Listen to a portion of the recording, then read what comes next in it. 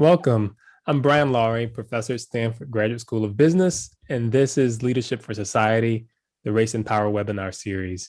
And today I'm talking about race and sports with Nneka Ogwumike, all-star forward of the WNBA Champion LA Sparks, and also the president of the WNBA Players Association, and with RC Buford, the CEO of the NBA Champion San Antonio Spurs. Thank you both for being here. It's an honor. Great. I feel like I'm in the room with two champions. Like I feel lucky. Let's jump right in. So sports is actually a very big part of our society and actually most societies around the world. Why do you think people care so much about sports? So Nneka, why don't you start? First of all, thank you, Professor Lowery, for having me. I'm really excited to be here speaking with you and RC. It's such an honor. I guess sports is important to us because so much of it permeates culture in so many different ways, and I think that especially as an athlete who's played a lot of sports and has seen a lot of sporting events, I realized that sports is also kind of it's a cultural thread. You can go anywhere and not speak the same language as someone else and watch a game and enjoy it just the same. And I think that that's really what brings people together, is just this unequivocal understanding of a pastime, a team, a city that you love, even a player, and that can be just the simple common denominator across so many groups of people of so many different walks of life. So I really do think that people love sports because it's a way to bring people together. Mm-hmm. RC, what do you think? I think sports fits both individual and societal needs in a big way. People's need to belong, a meaning for life, feeling a part of something larger than ourselves. As Nneka said, it's a common language. It's a real part of the socialization process, and it gives us a chance to integrate with people. When the Chicago Cubs won the World Series, there were 5 million people. It was one of the largest gatherings ever on earth to celebrate that championship, and it brought people from diverse backgrounds, from ethnic, racial, religious, political, educational backgrounds. Sports brings people together for a common goal and a common experience, and it's a great way to be a part of a team. Yeah, this has been a theme, and especially now that we've started talking about culture a bit. So we talked about music and we talked about food and how those things bring people together. But what's interesting is these cultural things also separate people. So you have the teams you love and you have the teams you root against, right? So there's both the bringing together and the separation. I wonder how you think about that. Is that a metaphor for the way the society works? Or what do you think? I think it aligns people's passions. I think it puts people in a position where they do get their opportunity to be distinctive. For the Boston Red Sox fan that lives in New York City, it's a great way for him or her to separate themselves. So there's opportunities to bring people together, but also to create some boundaries. Mm-hmm. Yeah, I'd like to say that I agree with RC. I think that it may not necessarily be, sports that both brings people together and separates people. I think that there's still beauty in bringing people's differences together. And so, as he mentioned, if you have a Red Sox fan who lives in New York, that's just there's more pride than in representing their roots, And I think that it kind of contributes to the competitive nature of sports. Although not everyone is playing, I'm a Celtics fan, you're a Lakers fan, and we can argue against that all day. But there's still, like RC said, the passion there, whether it's behind the sport or the organization, that really fuels something in us that I'm not really sure anything else can bring out of people. Mm-hmm. And one way that you do see certainly the bringing people together is the sense in all the sporting events in the States, there's the playing of the national anthem before the event, right? So, and it's common that people stand up, and we can get into when people don't stand up, but for now, let's assume that people see that as a shared moment. And so there's this sense of a strong tie between patriotism and sports. So it really struck me when Mark Cuban decided not to play the national anthem for the Mavericks home games, and he didn't make a big deal about it. He didn't say anything. He just didn't play. And he talked about why he did that later. I'm curious what you all think about that decision to just kind of quietly not play the anthem. Mhm. I'll start with. Well, go ahead, Nneka. Go ahead. Sorry. Well, it's interesting because when we had heard the news about Mark Cuban doing that, he had basically brought to the surface conversations that had already been happening. And we're actually, I guess, in the process of understanding how that would look like at sporting events, And I think that one question that arises for a lot of people is, why do we play the anthem at games? I think that's a valid question. And it's one of those things that's like, oh, we've always done it. And I think that today and age, we don't live in a world where that's a valid reason to do anything. But I do think that it brings the conversation to a head for us to explore not just its place in sporting events, but also its meaning in this country, and I think that that's certainly what spoke to, Mark Cuban's actions. And I'll speak also as kind of a player that's played internationally. I've played in several different countries, and they do and they don't play it in different instances, and it's not one way or the other. It's really based on how people kind of I guess like go through the events, the formalities of the events. But it's just so interesting how serious of a conversation it is here in a place in which we do play it at literally, I mean, you can go to a T-ball game and they will play it without really understanding why we're playing it, its place in sporting events, and also what it means for the time that we're in. Nneka said it really well. There are very few places, except with national team play around the world, that you're going to have an anthem played before games. I do think that the politicization of the anthem now and the political divide is as big an aspect and the meanings behind that of people trying to make that issue oversimplified, but also overcomplicated. Yeah, I mean, I think this points to the activism around sports and how sports is maybe a metaphor for more than just the games that are being played, right? It's a sense of who are we, and how do we demonstrate that around sporting events. And there's obviously a very long history of activism in sports. From we talk about Jack Johnson in boxing and through Jackie Robinson and others, and trying to desegregate sports. Tommy Smith, John Carlos, and the Olympics raising their fists. And I mean, we could go on and on. To today, you have, like, again, the WNBA players, many of them. You have Cap taking a knee during the anthem. So there's this long history of activism in sports. And Nneka, you've been a big part of that in the WNBA. And the WNBA, by many accounts, has been a leader in the Black Lives Matter movement, as it comes to sports. I'm curious how that came about and what the conversations were like around that activism.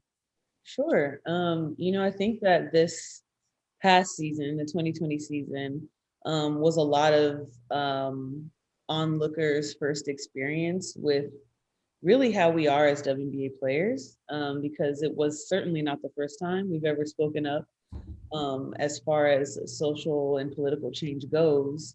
And I just have to say that we don't ever we don't ever know what is going to, I guess people approach it as though that we have like an initiative, like these are the things we're going to do, when in reality we just are organized, and we've learned how to mobilize along the way, as we've experienced pushback in different forms of advocacy and demonstration. But it really all boils down to the fact that we are a league of women, and we're a league of mostly Black women. And so in this world, women experience sexism and Black women experience racism and sexism. And I think that we are just inherently in the cause, in the movement, in the fight. And that brings a lot of force when you have 144 women who are so used to experiencing these things in society, and you now bring that to sports, outside of even what we've been experiencing in the Black and brown communities. We have constantly been fighting for pay equity, and it's just a part of us. And we also realize, especially in these last couple of years, that change doesn't happen individualistically. We understand that we have to be collective and garner as much support as we can. Mm-hmm.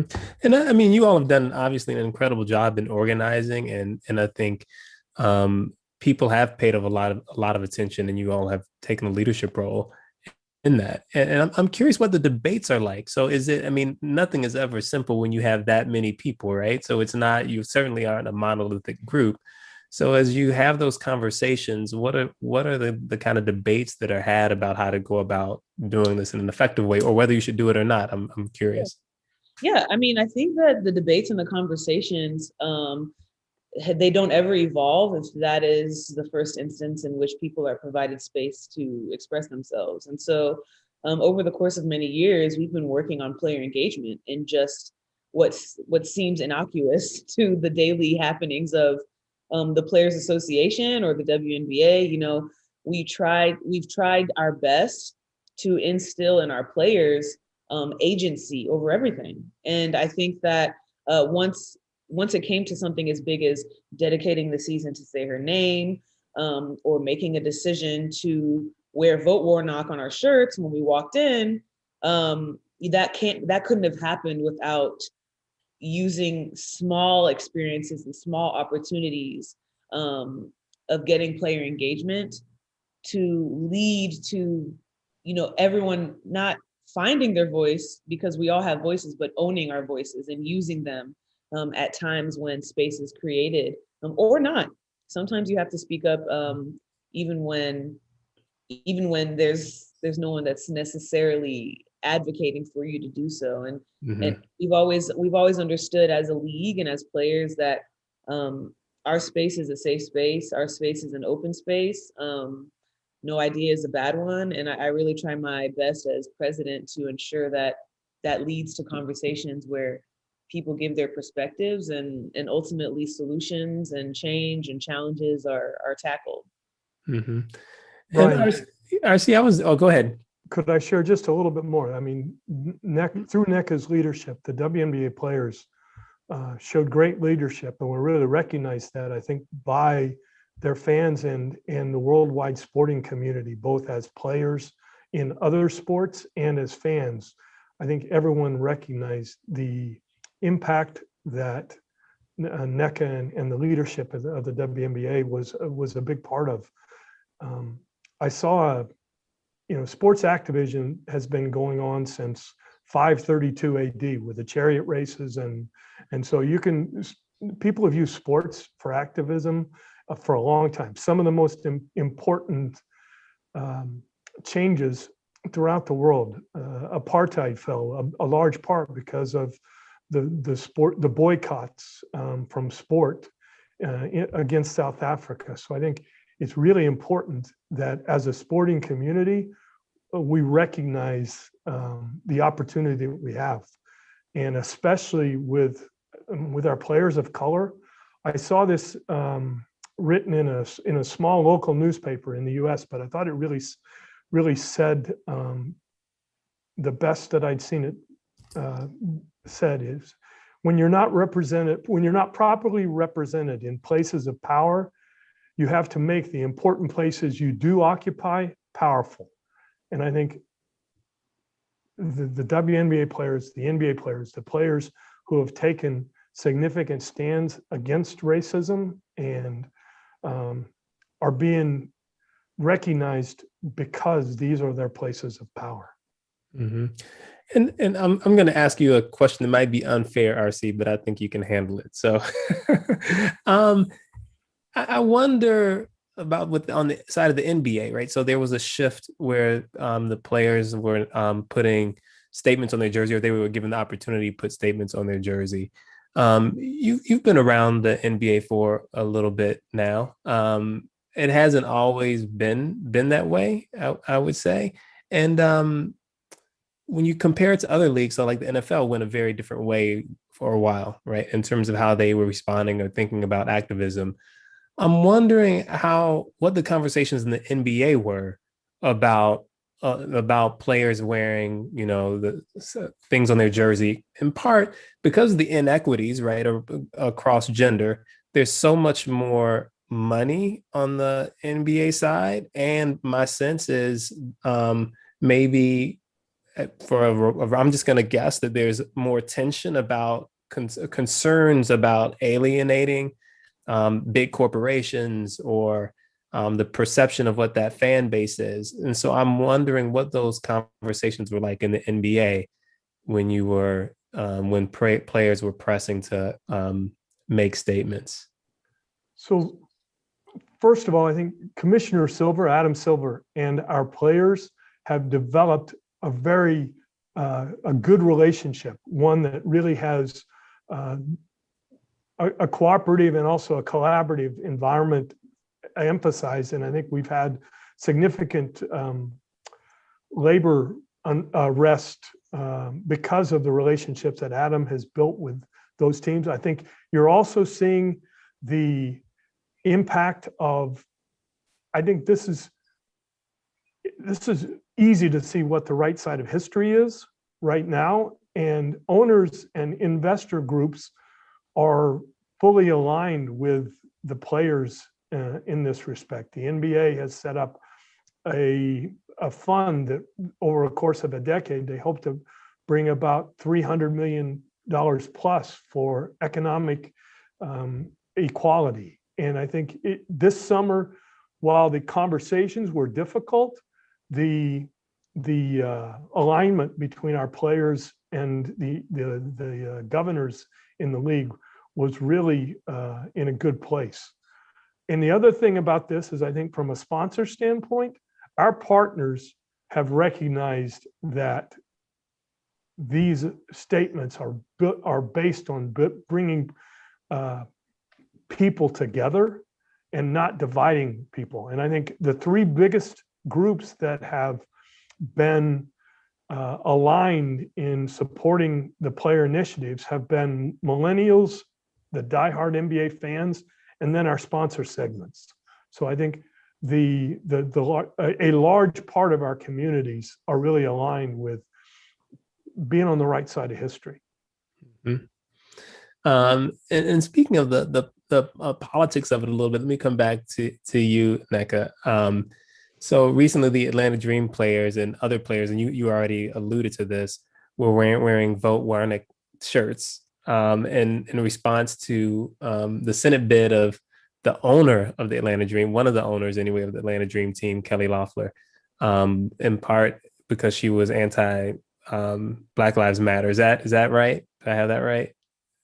Yeah, I mean, the details of that are correct. But I wouldn't say that it was something that was necessarily planned, because we didn't expect ownership to make such outlandish remarks against us.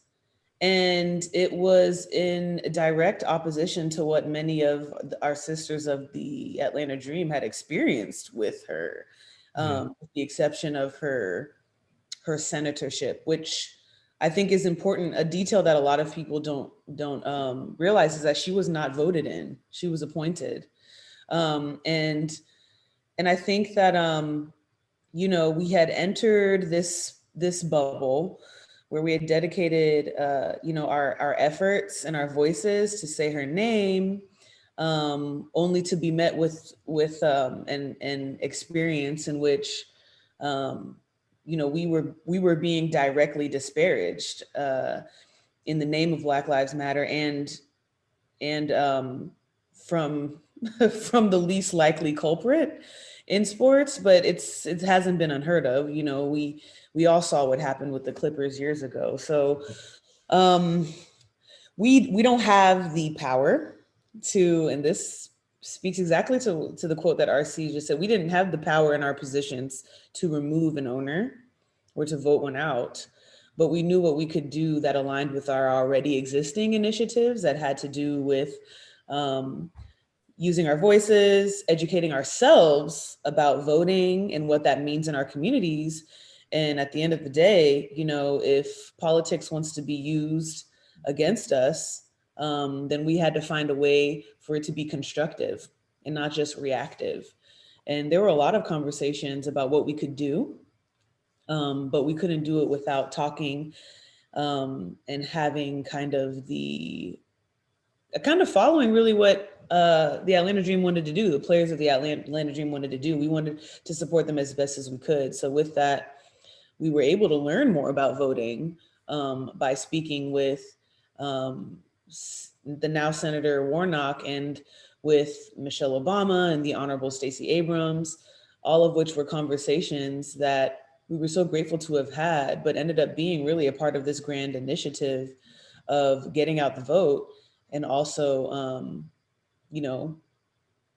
preaching Black Lives Matter and say her name. And no one could have foreseen a runoff. So I feel as though we got the ultimate government class lesson in that year. But I think it also kind of, it was such a spotlight on the work that we've always done for each other, for our communities, and for our fans. And it really placed the power that we had as a collective in the platforms that we hold as players. I think it was a true testament to what players and people in entertainment and business can really do with their platforms. So it was quite remarkable, and to be able to see 2 Senate seats in Georgia now be blue was just for us to be able to have any type of contribution to that, I think was really great. Mm-hmm. And it was incredible. It was a really impressive thing to watch. I mean, the courage and the power of the players working together to get the changes they wanted to happen. So that was really impressive. RC, one of the things that's interesting about it is it really also demonstrates perhaps a shift in balance in terms of the power balance between players and owners. And I wonder, is that showing up in the NBA too? I think the partnership between players and owners is growing. I think clearly we have a big business, and it's working for both players and organizations. What I do think the opportunity for players to have a voice, to really be heard, to take stands in important places, I think is growing. And I think also the people that we have as leaders of athletes are personalities that are not only engaging, but they're also really active in the places. LeBron James and his voting initiatives, Nneka and the initiatives that the WNBA has taken, Colin Kaepernick, Naomi Osaka. There are people who have really taken active roles in not just being sports voices, but also voices for change in their own communities and across sports. And I think that those are building on each other, those opportunities to be heard. Yeah, I mean, I think this is it's where sports is again kind of a or forerunner of maybe things that are changing generally, because you see a lot of movement in terms of the power of labor, right? You see even in tech companies, employees walking out and protesting against their own employers in places, certainly in the Valley. And it makes me wonder a little bit, Nneka, about your negotiations. So you recently negotiated a collective bargaining agreement on behalf of the players. I've heard great things about it, and I'm wondering how that experience was for you to engage with ownership in that way. It was definitely a first for me. It was kind of a crash course in business school. Really. It was a lot. But you know, when when they talk about, big ideas and, big things happening, like in the war room and the situation room, or really just face to face, they're not lying. That's really what it is. It's not always, my people will talk to your people and then we'll figure it out. I'm sure that RC can speak to this too. There's instances when you'll have players just, knocking on the door of an owner and be like, hey, can we talk? And a lot of times we realized in our negotiation that, if I just were to text Kathy or email my executive director and say like, hey, can we speak to the board of governors, or can I have a one-on-one with Kathy? There's so much more that could get done in that conversation than, the league bringing their people and their litigation, us bringing our people and our lawyers, and it just becoming what felt like divorce court, but the negotiations were, they were a great experience. To be honest, it was a lot, but I wouldn't mind experiencing it again, because it offered me the opportunity to speak to my executive committee, my players association staff, to Kathy, to the many members of the league and owners of teams, and most importantly, the players. Having the players' voices at the table was huge. And I think RC, he kind of said this, a lot of times that partnership is really what keeps the league going. And it's evolving in such an interesting way for us to be able to see exactly what it can do for sports, what it can do for influence and culture, and what it can do for collective and individual platforms, whether it's the team, the league, individual players. But there's so much power in the balance of all of those relationships that really do create the big things that we see over time. And that was really my experience. And I wouldn't take back the good, the bad, or the ugly of that whole experience, because I learned so much from it. Brian, I also think that taking a design thinking approach into these relationships is really important to approach it with a sense of empathy, and not just be focused only on an individual side's agenda, but to listen intently, to try to learn. That's when real progress gets made, I believe, in labor negotiations. It's easy to go to your corner and come out swinging without ever paying attention to the issues that are important to the people that you're in the room with. Mm-hmm. So that is a really interesting experience, and a great way to capture what goes on. So thank you both for that. And it makes me, Nneka, wonder how you see yourself. So you are an all-star forward, the president of the Players Association, but you also are active in the Black Lives Matter movement. How do you define your role? So how do you think about what you are professionally? How do you define yourself professionally? I guess, if I were to take a holistic approach, I see myself as someone people trust to lead. And I think that that allows me to understand the power that I have in my characteristics, as whether it's a teammate, as a president, as a friend, as a mentor, as a mentee even.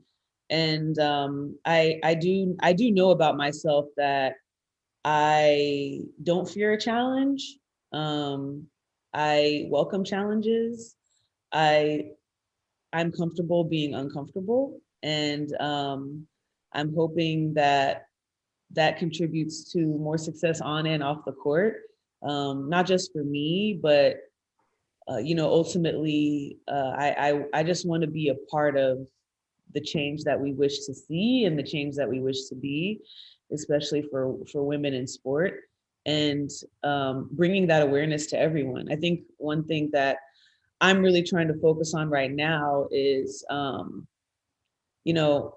it's Women's History Month, and everyone really gets into the fervor of, support women. And a lot of times, like when you get into, I guess, raising awareness for those who may not have had it in history's past, it feels like it's kind of like a club for only those that it affects. And I think that that's a grand illusion.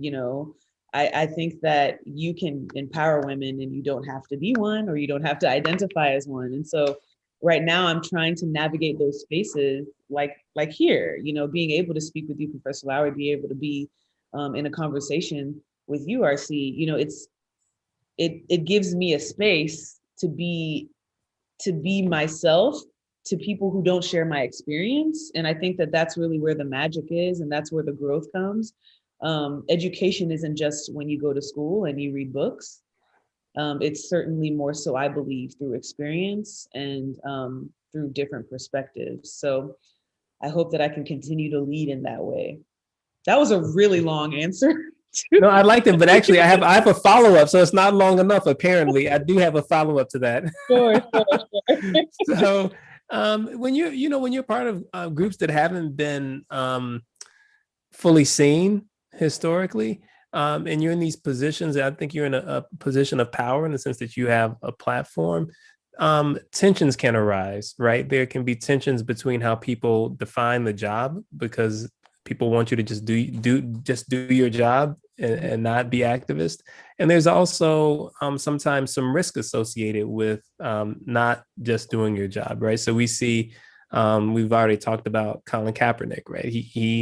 His career more or less was ended by him speaking out about what he thought was right, expressing his values. Do you see a tension between your job and your, I would call it, just for lack of a better word, activism? Yeah, sure. I mean, I personally don't see a tension. And it's interesting that people talk about Colin Kaepernick's career ending.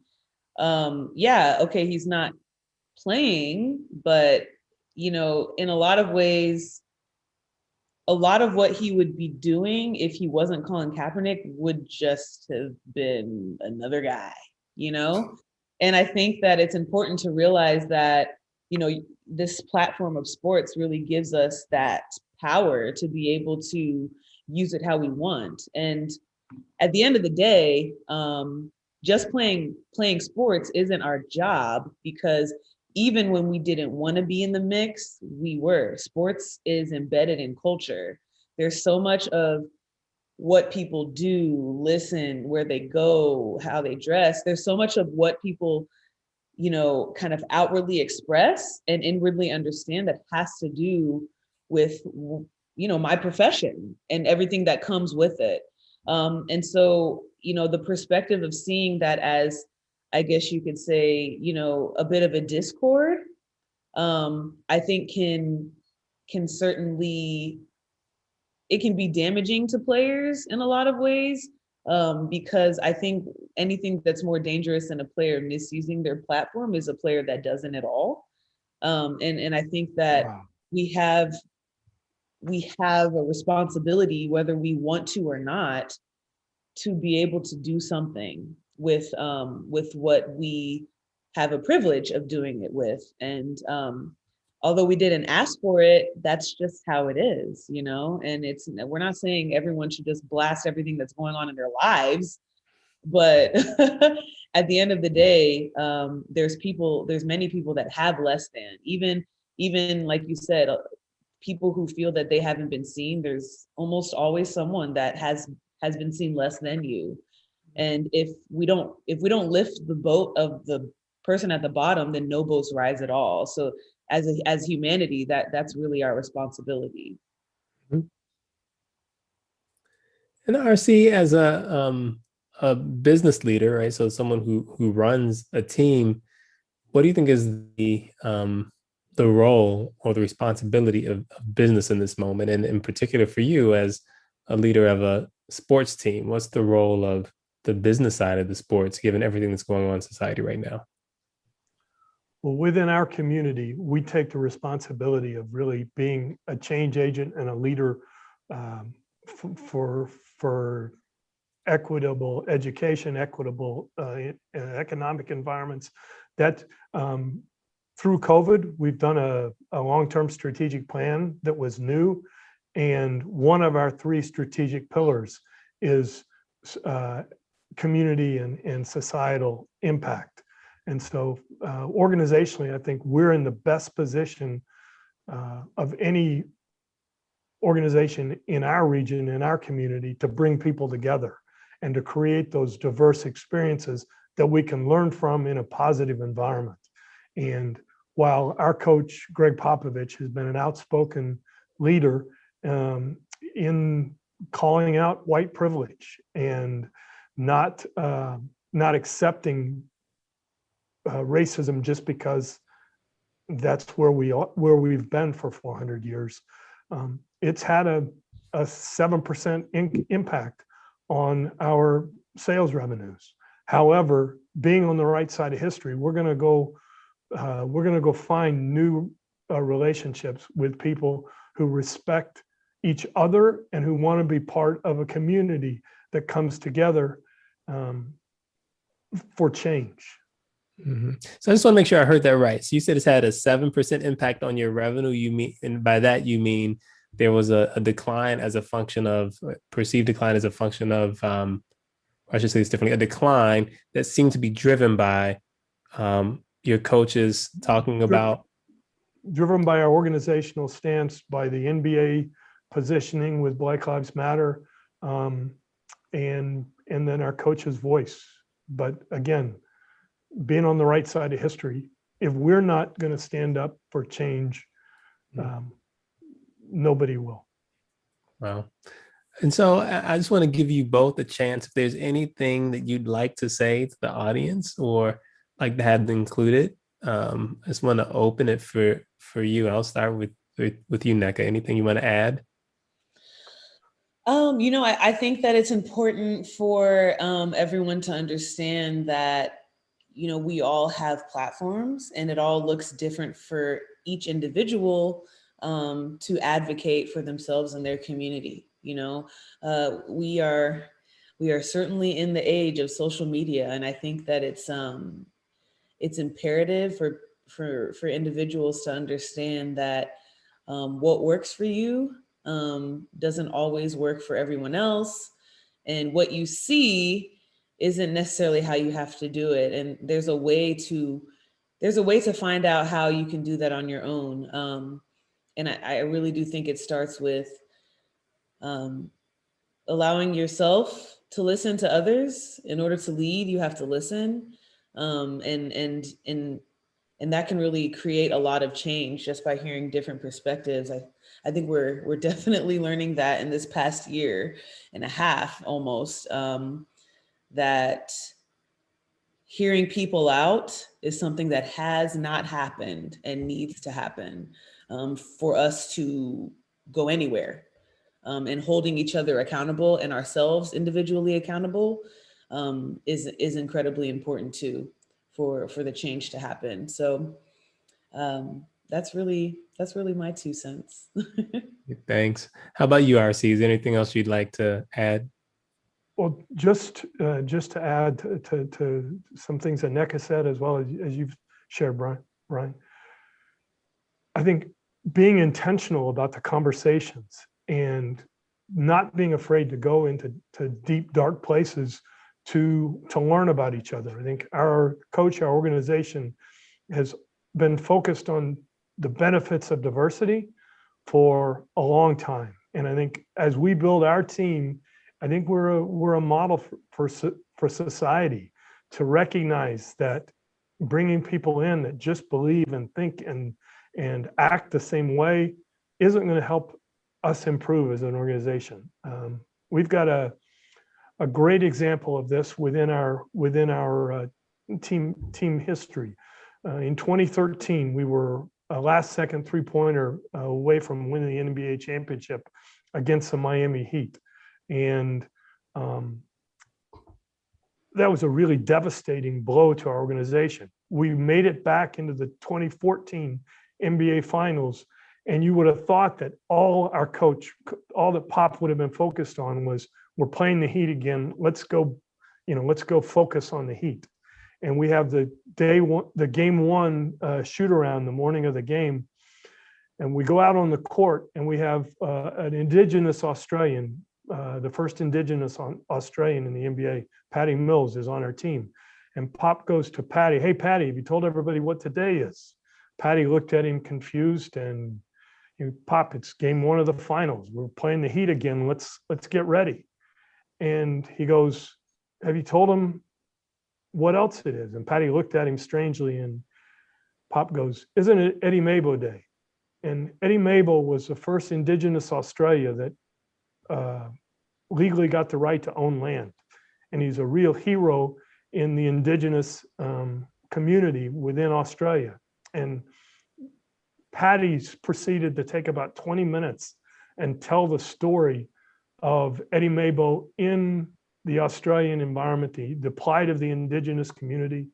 Turned out Eddie Mabo was Patty's fourth uncle, twice removed.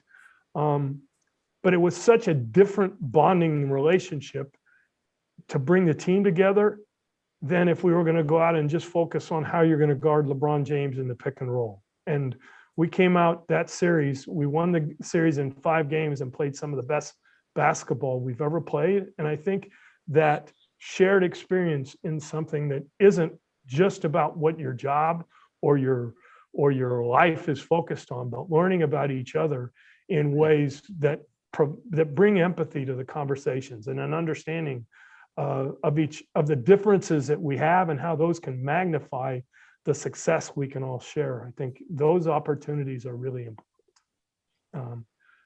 I've shared another Spurs Voices that our organization listened to people within our own organization, our community, about experiences after George Floyd was murdered. And I think there's some really powerful ways that emphasize the burden that people of color carry that many of us don't even recognize, but we need to respect. Great. Well, thank you both for being here. I really appreciate it. And there's in the chat, if you haven't seen, there's links to the things that RC was referring to. So please take a look at that. Well, if you like today's session, please share the Leadership for Society webinar series and podcast. And I also want to highlight that we have a new Black Leaders program, an executive education program. Nneka and RC, you all should think about joining or sending people. So I'm offering that for Black leaders. So there'll be more information about that out soon. And next week, we'll be talking about health inequity. So we'll be talking about race in the context of health. Until then, have a great week, and thanks for joining us.